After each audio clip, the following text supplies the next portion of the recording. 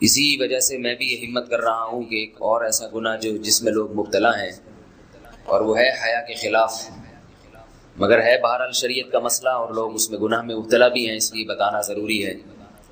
وہ یہ ہے کہ لوگ شادی کے بعد بھی، آج کی نوجوان نسل زوجہ سے، بیوی سے غیر فطری طریقے سے ہم بستری کرتے ہیں۔ انٹرنیٹ پہ بیہودہ فلمیں دیکھتے ہیں،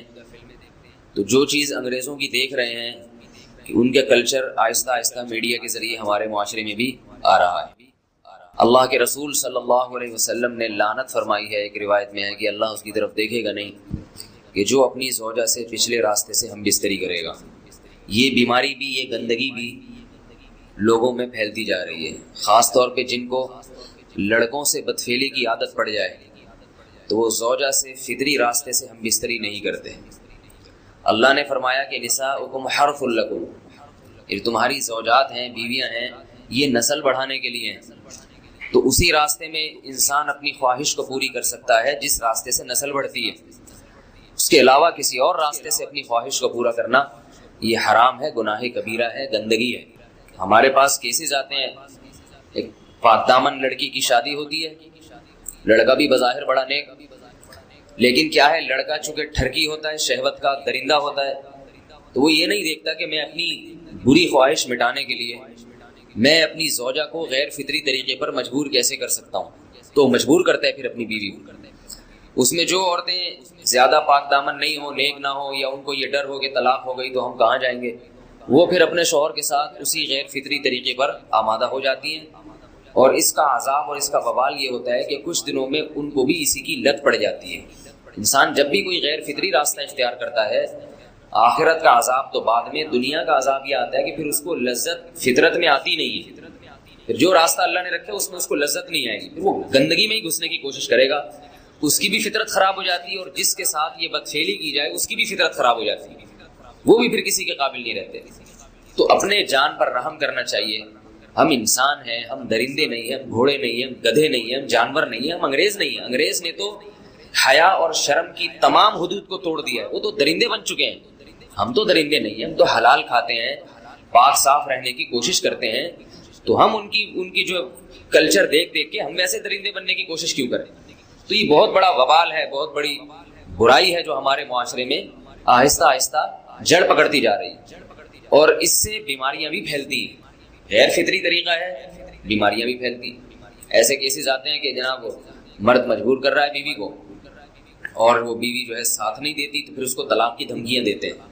ایسے کیسز بھی آتے ہیں۔ اور یہ بھی آتا ہے کہ مرد جب اپنی بیوی کو غیر فطری طریقے پر مجبور کرتا ہے، بیوی آمادہ نہیں ہوتی، تو مرد پھر یہ دھمکی دیتا ہے کہ بھائی میری خواہش تو تم سے پوری ہوتی نہیں ہے، پھر میں دوسروں کے پاس جاؤں گا۔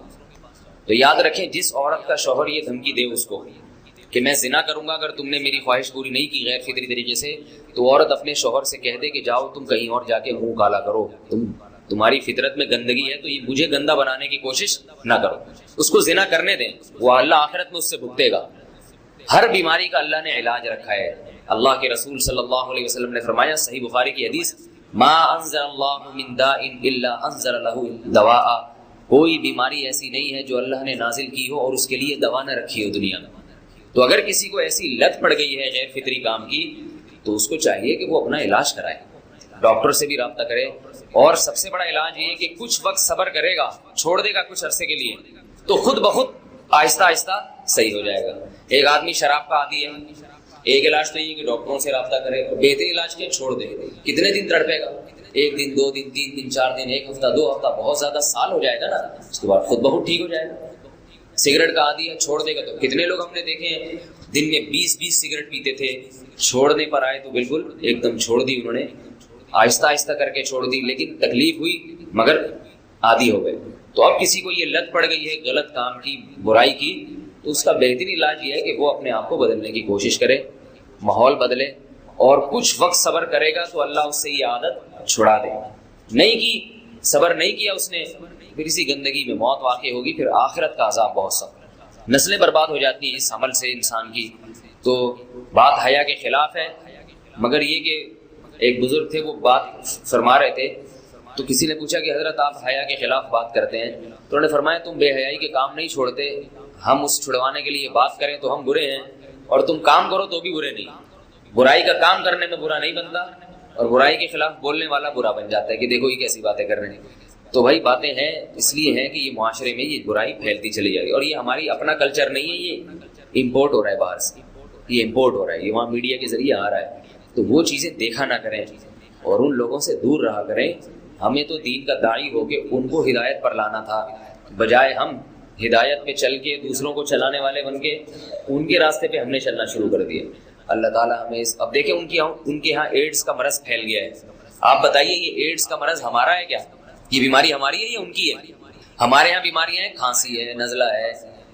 ٹھیک ہے نا، بلڈ پریشر ہے، شوگر ہے، یہ بیماریاں ہماری ہیں۔ کوئی اللہ کا شکر ہے گندی بیماری ہمارے یہاں نہیں ہے۔ جتنی گندگیاں ہیں وہاں سے آ رہی ہیں۔ ایڈس کا مرض وہاں سے امپورٹ ہوا ہے، اور ایڈس کا مرض اسی بدفعلی کی وجہ سے پیدا ہوتا ہے، اسی سے جراثیم پیدا ہوتے ہیں، اور اتنا خطرناک مرض کے ایسے متعدی ایسے پھیلتا ہے۔ افغانستان میں ایڈس کا ریشو 0 تھا، 0۔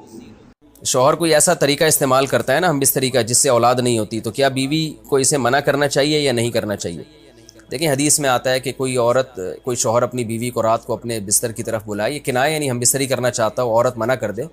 فرشتے اس پہ ساری رات لعنت بھیجتے ہیں۔ یہ بالکل صحیح حدیث ہے۔ اب ہمارے بعض اسکالر کیا کرتے ہیں، جب ان سے یہ بات پوچھی جائے تو وہ بات کو گھما دیتے ہیں، سیدھی بات نہیں بتاتے کہ بھئی یہ شریعت میں مرد کا حق ہے کہ عورت اس کو ہم بستری سے نہیں روک سکتی، کیونکہ ویمن رائٹس کے نام پہ آج کل بہت تحریکیں چل رہی ہیں، تو وہ بھی کچھ لبرل اسکالرز ہیں جو ہر وقت جو ہے نا کوشش کرتے ہیں کہ خواتین ہم سے ناراض نہ ہو جائیں۔ تو بھئی آپ شریعت کا حکم بتائیں صاف صاف، چاہے عورت خوش ہوتی ہے ناراض ہوتی ہے، بعض حقوق مردوں کے ہیں بعض عورتوں کے ہیں تو وہ بتانے پڑتے ہیں۔ تو اسی طرح مرد کا بھی حق یہ ہے کہ عورت اگر مرد اس کو ہم بستری کے لیے بلاتا ہے تو عورت اسلام میں منع نہیں کر سکتی، اس کے لیے گناہ ہے۔ ہاں بیمار ہو تو ایک الگ بات ہے، بخار ہے اس کو، یہ کوئی واقعی بیماری ہو تو پھر ایک الگ بات ہے، نارملی اس کو اجازت نہیں ہے کہ وہ شوہر کو منع کر دے، بلکہ اس میں حدیث میں بہت سخت تاکید ہے۔ آپ صلی اللہ علیہ وسلم کی ایک حدیث میں یہاں تک فرمایا کہ عورت اگر یعنی چولہے پہ ہو، روٹی پکا رہی ہو، اس طرح کی حدیث کا مفہوم ہے، یعنی بہت بزی بھی ہو تو بھی اس کو اپنے کام کو چھوڑ کر شوہر کی خواہش کو پورا کرنا پڑے گا، اور یہ نیچر کے بھی مطابق ہے، کیونکہ مرد میں جب یہ سیکس کی خواہش پیدا ہوتی ہے اور اس کو کچلا جائے تو مرد بہت زیادہ ڈسٹرب ہوتا ہے۔ خواتین اس میں اپنے آپ کو مردوں جیسا سمجھتی ہیں، وہ سمجھتی ہیں ہمارا اس میں وہی حق ہے جو مرد کا حق ہے۔ بھائی اللہ نے دونوں کی ڈیزائرز میں زمین آسمان کا فرق رکھا ہے، تو مرد کو بہت زیادہ نقصان ہوتا ہے اس سے، وہ بہت زیادہ مینٹلی ڈسٹرب ہوتا ہے اس سے، کیونکہ اللہ نے یہ ڈیزائرز عورت کی نسبت مرد میں بہت زیادہ رکھی ہیں، تھوڑی زیادہ نہیں بہت زیادہ رکھی ہے، تو میڈیکلی یہ بات ثابت ہو چکی ہے۔ تو دوسرا ایک تو مینٹلی بہت زیادہ ڈسٹرب ہوتا ہے وہ، دوسری بات یہ کہ پھر اس کے گناہ کی طرف توجہ جائے گی، وہ حرام کاموں کی طرف جائے گا، تو اس لیے عورت کو اس بارے میں مرد کا ساتھ دینا چاہیے۔ یہاں فوراً بعض خواتین یہ سوال پوچھتی ہیں کہ اچھا اگر عورت کے دل میں خواہش ہو اور مرد وہ خواہش پوری نہ کرے تو کیا مرد پہ بھی لعنت ہوتی ہے؟ تو اس کا سیدھا جواب یہ ہے کہ نہیں، مرد پہ لعنت نہیں ہوتی۔ اس کی وجہ یہ ہے، دو اور دو چار کی طرح میں صاف بات کروں گا، وجہ اس کی یہ ہے کہ عورت کے لیے مرد کی اس خواہش کو پورا کرنے میں عورت کی کوئی انرجی نہیں استعمال ہو رہی،